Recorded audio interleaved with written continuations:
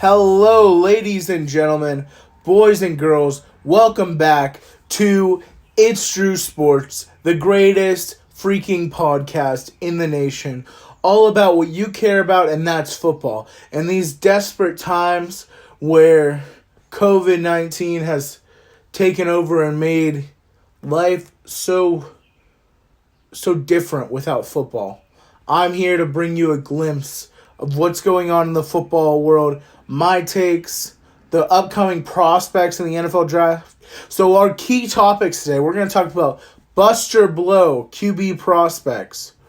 Who's good, who's bad, who's going to be another bust in the NFL, who's going to blow up in the NFL. I also, for you who are maybe Bengals fans or maybe just curious about the Bengals situation, I have a special announcement for you. We're going to go over that later in the show. Also, will the Dallas Cowboys win this upcoming season?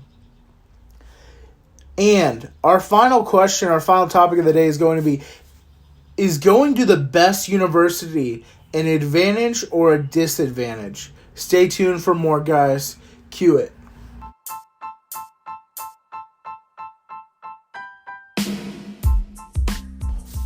All right. Welcome back. And I'm here recording live in my bedroom, having a grand old time, a Red Bull in my hands, getting ready to talk what we love, and that's football. I love this day. I'm recording, it's April 8th. It's a really nice day outside. Love the weather outside, but we're going to dive right into it. All right, so bust or blow. Okay, so Tua. Tua is the man who has been talked about by everyone. He shocked the world. He had a huge game back a couple years ago in the championship against Georgia, I believe, or it was either Georgia or Clemson. But they had that huge game. He made some great throws. And then 2 years ago, he hurt his ankle. Kind of dragged him down. But I believe he had surgery on it. He had something done to it. He got it back in. He got fixed. Played later on that year. And then came back the next year. And that was this previous year. And he got hurt again. This time, he had a hip injury that was awful. I feel so bad for the kid. But here's the thing, guys. Tua's going to be a bust in the NFL. All right. Look. This kid, I watched so much of his game film. I was up all night last night watching film of Tua.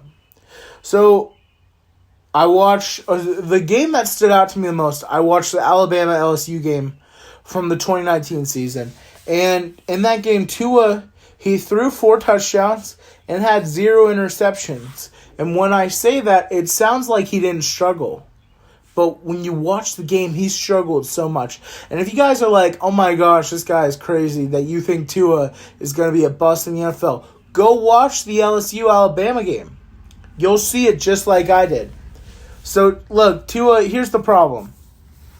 Tua, in order to succeed in the NFL, he needs a really good receiving core and needs a lot of help at his position alone. He needs a really good quarterbacks coach. You know, he's quick to panic. He's not really someone who goes through a lot of reads. He makes some good reads and some bad. I mean, you watch him, he can throw a deep ball very well, which is a huge positive for him. But, I mean, at Alabama, he had a great running back. It made him look a lot better than he was. He was good with crossing routes that were right in front of his face, just like most quarterbacks are. He wasn't good when they're over to the right a little bit or over to the left or like about to run off the sideline, like if they're on a corner route. Like, he just wasn't great at those. He was really good with the deep route when they run the go route or a slant that's right in front of his face. He has a lot of question marks about him. I mean, he takes a lot of unnecessary risks. Now, he wasn't picked off a ton, but he does take a lot of risks that are completely unnecessary for a quarterback to take. He just needs to throw the ball away. But the ankle injury is what hurt him the most. You talk about this hip injury. Look, the hip didn't change anything. Tua was not playing well at all last year. He was having a lot of issues, tons of issues. He missed a lot of wide open receivers. And in tight windows, he really wasn't great. Like, he had a lot of issues throwing the ball into tight windows, which is what the NFL is all about. You have to be able to throw the ball into tight windows. He was really great when his receivers had a lot of separation. Not just a step, but they had a couple of steps on their defender. He was really good at putting the ball where it needs to be when the receiver was open. When he made the right read. Like, he just had a lot of question marks about him. I think Tua can succeed. I just don't believe he will. I think that the Dolphins would be making a huge mistake if they drafted him. That's my take on Tua. He's a unique prospect. He's got a lot of different things about him that other quarterbacks don't, but I just don't think he would last. Now moving on to our next prospect. We have Joe Burrow. Joe Burrow, the Heisman Trophy winner, the projected future number 1 overall pick, is going to blow up in the NFL. He is going to light up the playing field. This kid is unbelievable. When I watched the game with Tua, I watched the one with him and Tua, LSU, Alabama, again. You watch this kid, and I watched some of his other film too, but you watch this kid. He does 3 reads, and then he goes. And he runs. That's the quarterback that you need in the NFL.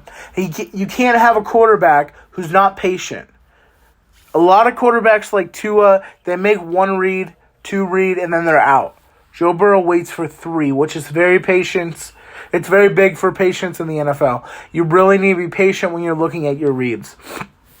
Joe Burrow, he puts the ball in the right spot. He's not throwing it behind the receiver. He's not throwing it at their feet. He's putting it in the right spot. Very accurate. He made a huge jump from year 1 at LSU to year 2.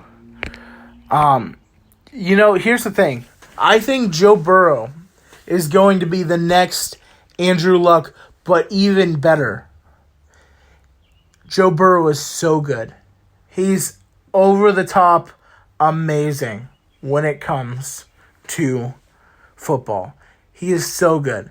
I think he's going to be really good if he falls to the right team. I think no matter where he goes, he's going to succeed very well. But I think going to the Bengals is not going to be a good fit for him. I think that he would succeed very well down in Miami. Miami has rebuilt so much of their team and has come up to greatness. I think he would fit in really well in Miami. And then our next quarterback is Justin Herbert. Justin Herbert is going to blow up in the NFL. Justin Herbert, I put as number 2 to Joe Burrow. They are both outstanding prospects. They're actually really close. It's missed, I think, because Joe Burrow goes to LSU. But Justin Herbert is a really good quarterback. He's a great improviser. He can make a throw and get hit. He's not someone who's afraid to take a hit. He can run. He's a risk taker. But he doesn't take unnecessary risks. He takes them where they're necessary. He's really awesome. Like, I was watching this film and I'm like, how come nobody talks about how great this kid is? I know he was kind of like the dark horse last year. Like, he's really, really good. But what I want to compare him from now to when he came in as a true freshman. As a true freshman, he was okay with his ball placement. He was throwing it to the right place sometimes, but then other times throwing it at their feet, throwing it behind them. He was a smart runner when he was a freshman. He was really quick. So he's still really quick. So he's really good when you run like if you did a slip screen for a halfback. He's good under pressure. Because of how quick he is, he's able to evade defenders and still make that throw on the run, which is crazy. He would, like, make good reads, but his downside is he's really slow to start as a quarterback. Like, he has to be comfortable. And this is something that's kind of dragged him down for all of his college years. So, from year 1 all the way up to year 4, he struggled to get things going efficiently, quickly. He has to really get settled in. And we saw that with his combine. He was very slow to start. He wasn't really hitting the targets that he needed to hit. He kind of just had so many issues at the beginning, but then it all came together towards the end. He's a really good prospect. I think he's someone who would be phenomenal when he comes in the NFL. I think he's going to have a lot of success. I really believe in this kid. Next, we have Jordan Love. Jordan Love is the talk of college football right now. Everyone's talking about Jordan Love. Everyone's talking about how awesome this kid from Utah State is. Everyone's talking about how unbelievable he is. And I gotta say, Jordan Love, I don't think he's a bust. I don't think he's going to blow up in the NFL. I think he's a little bit of both. I think what he needs is to sit behind a veteran for a couple of years. Jordan Love has the measurables to succeed. You know, he needs to make more reads. When you watch him, he was playing against other Mountain West teams. The defenses weren't that great, and they were going like with one or two. Like, they would go one or two reads, and then he would throw it always. But in the NFL, you need to make more than one or two reads. He has some struggle with that. So, like, against NFL DBs, like, he wouldn't do well at all yet. I think it's coachable, what he needs fixed. I think he can be fixed, you know. He makes good reads, but I just don't think he makes enough. Like, I don't think he's had enough experience to start day one at the NFL level. But I think he could go either way. I think the key with him, too, it's patience. He's really good, but he needs to develop.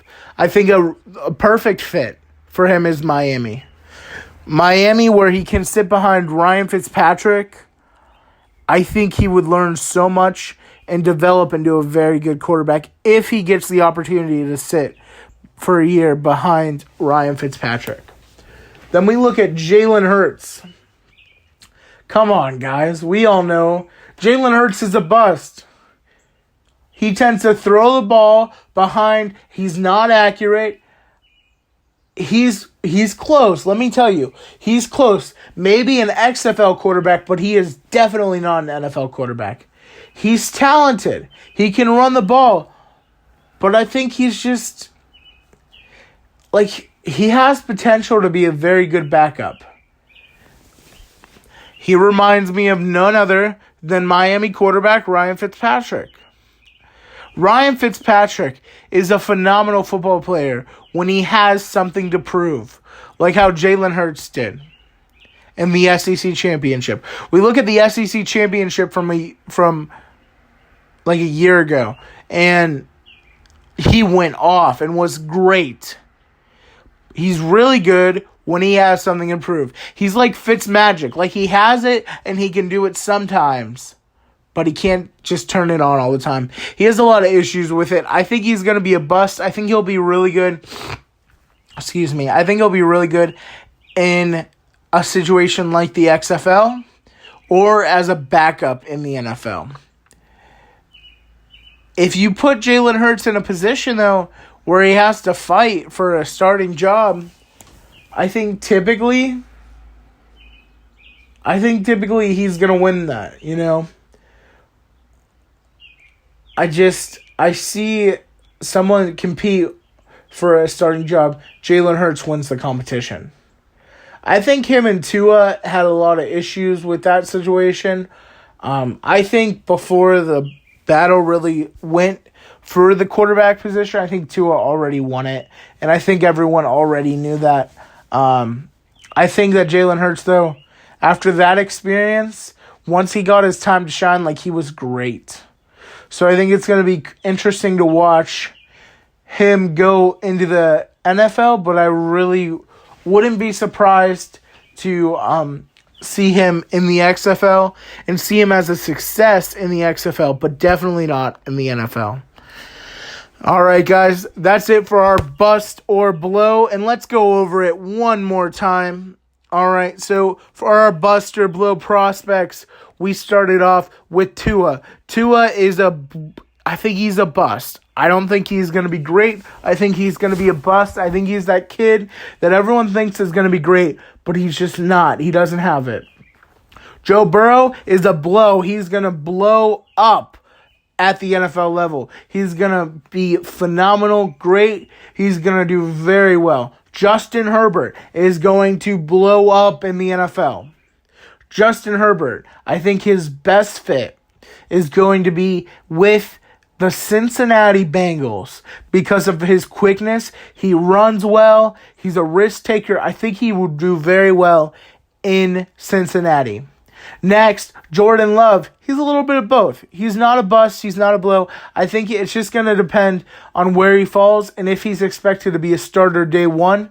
I think if he is, he'll fail. If he's not and he gets time to develop, he'll be great.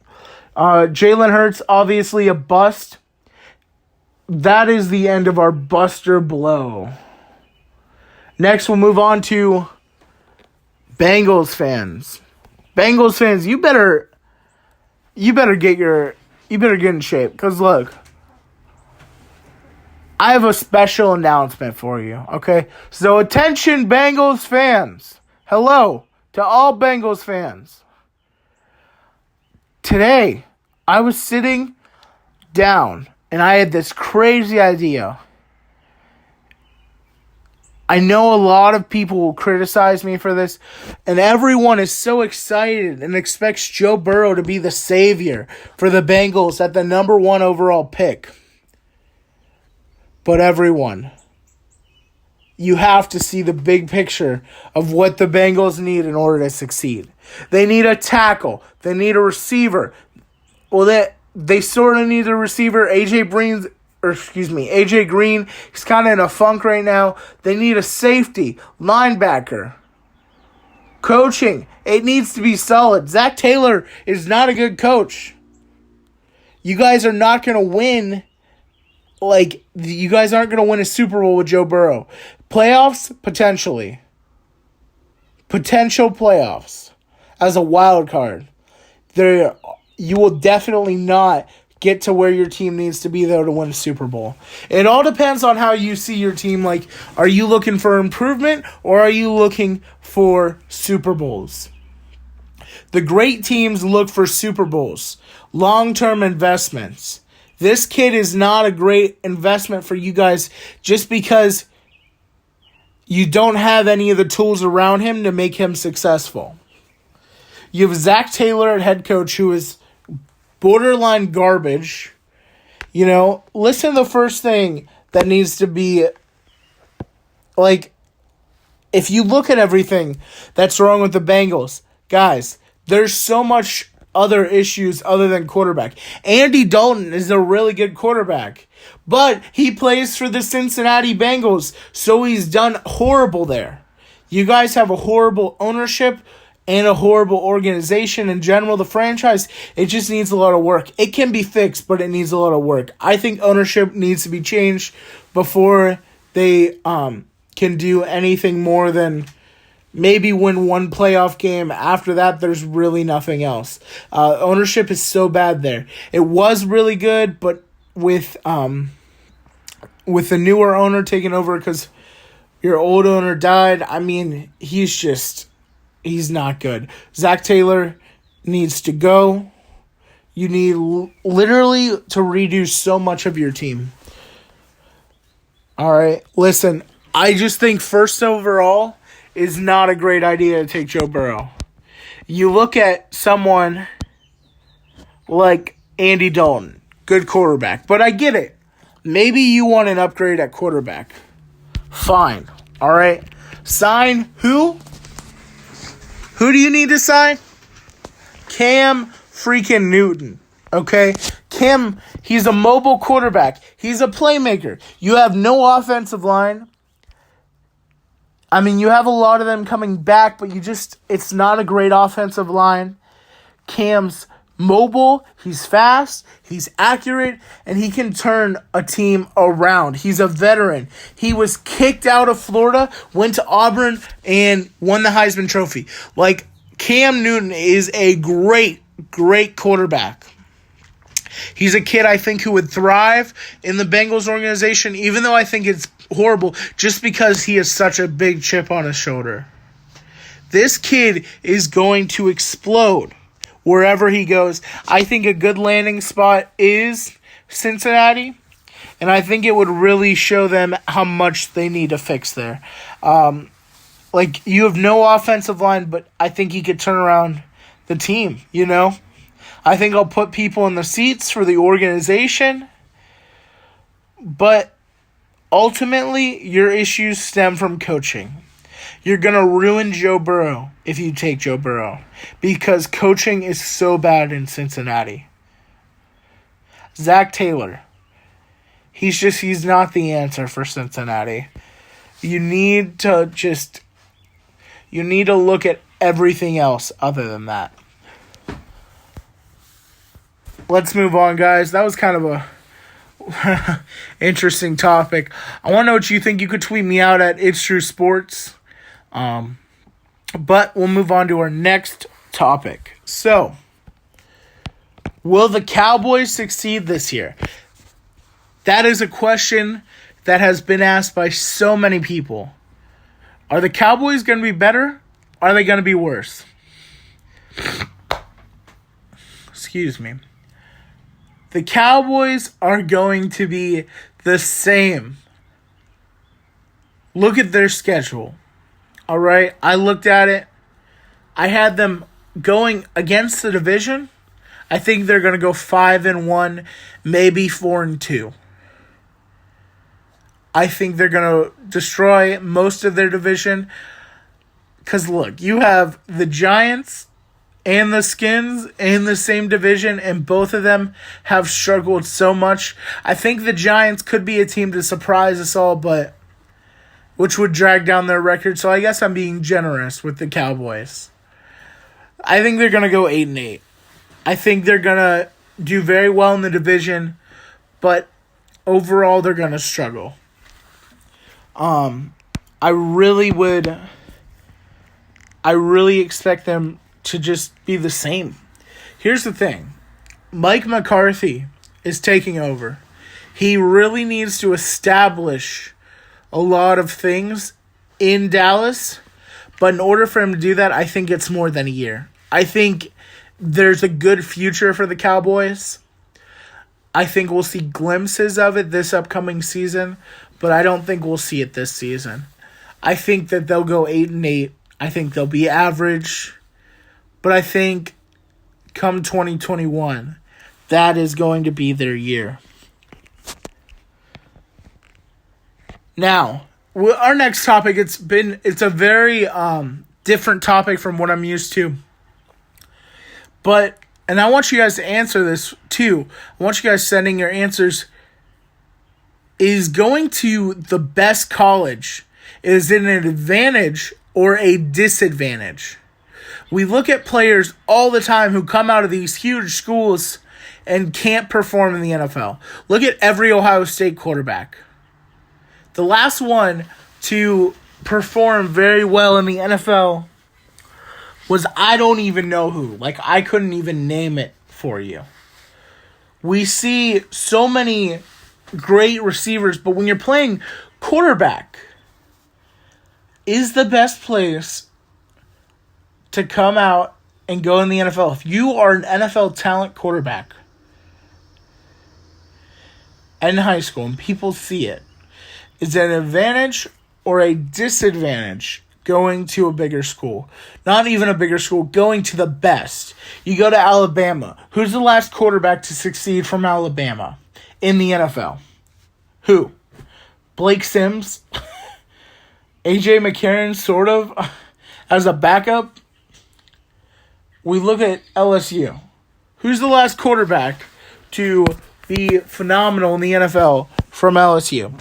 So right now I'm going to read off a list. This is a list of all the quarterbacks who I consider to be solid starters in the NFL who have started for a year or more. Well, I consider them to be solid starters. They've started for more than a year. So not any rookies. They don't count in this. Just kids who have started for a year and then some. So, Oklahoma, Wyoming, USC, Cal, Miami of Ohio, Louisville, TCU, Texas Tech, Clemson, Michigan State, Michigan, Mississippi State, Purdue, Baylor, Eastern Illinois, Wisconsin, North Dakota State, Boston College, NC State, North Carolina, Washington State, Fresno State, and Texas A&M. Now, when we look at all those schools, notice who is not involved in those schools. Ohio State, Alabama, LSU,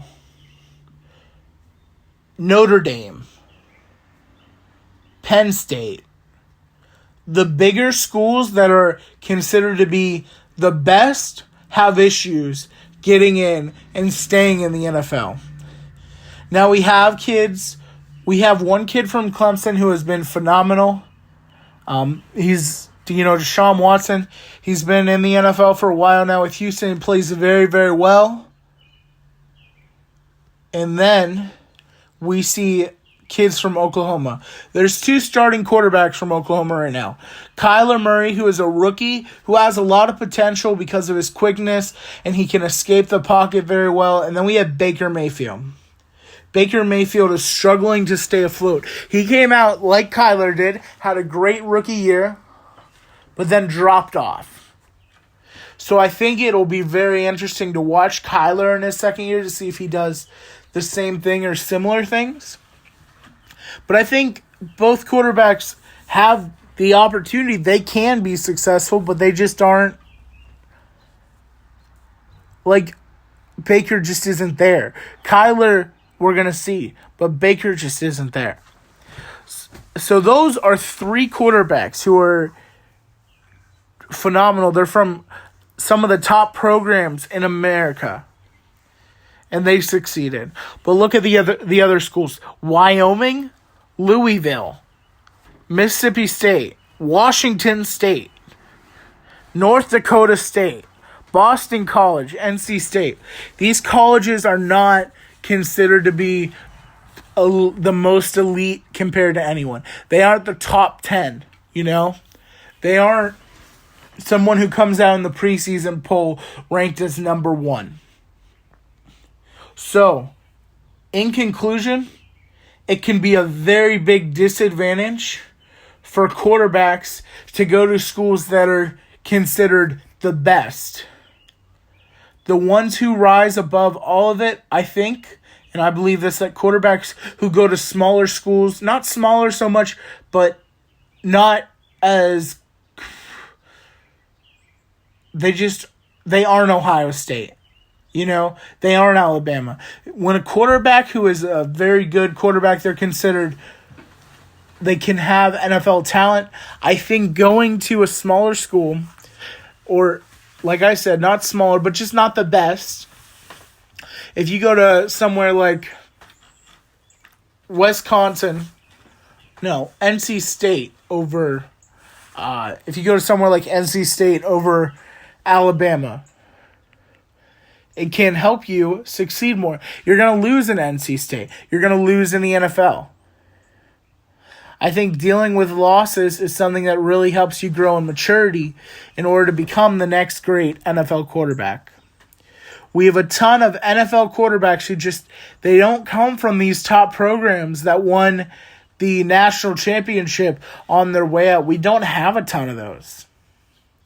I think it's really important that for any kid who is young, getting ready to make their college decision, that they think about where they're going.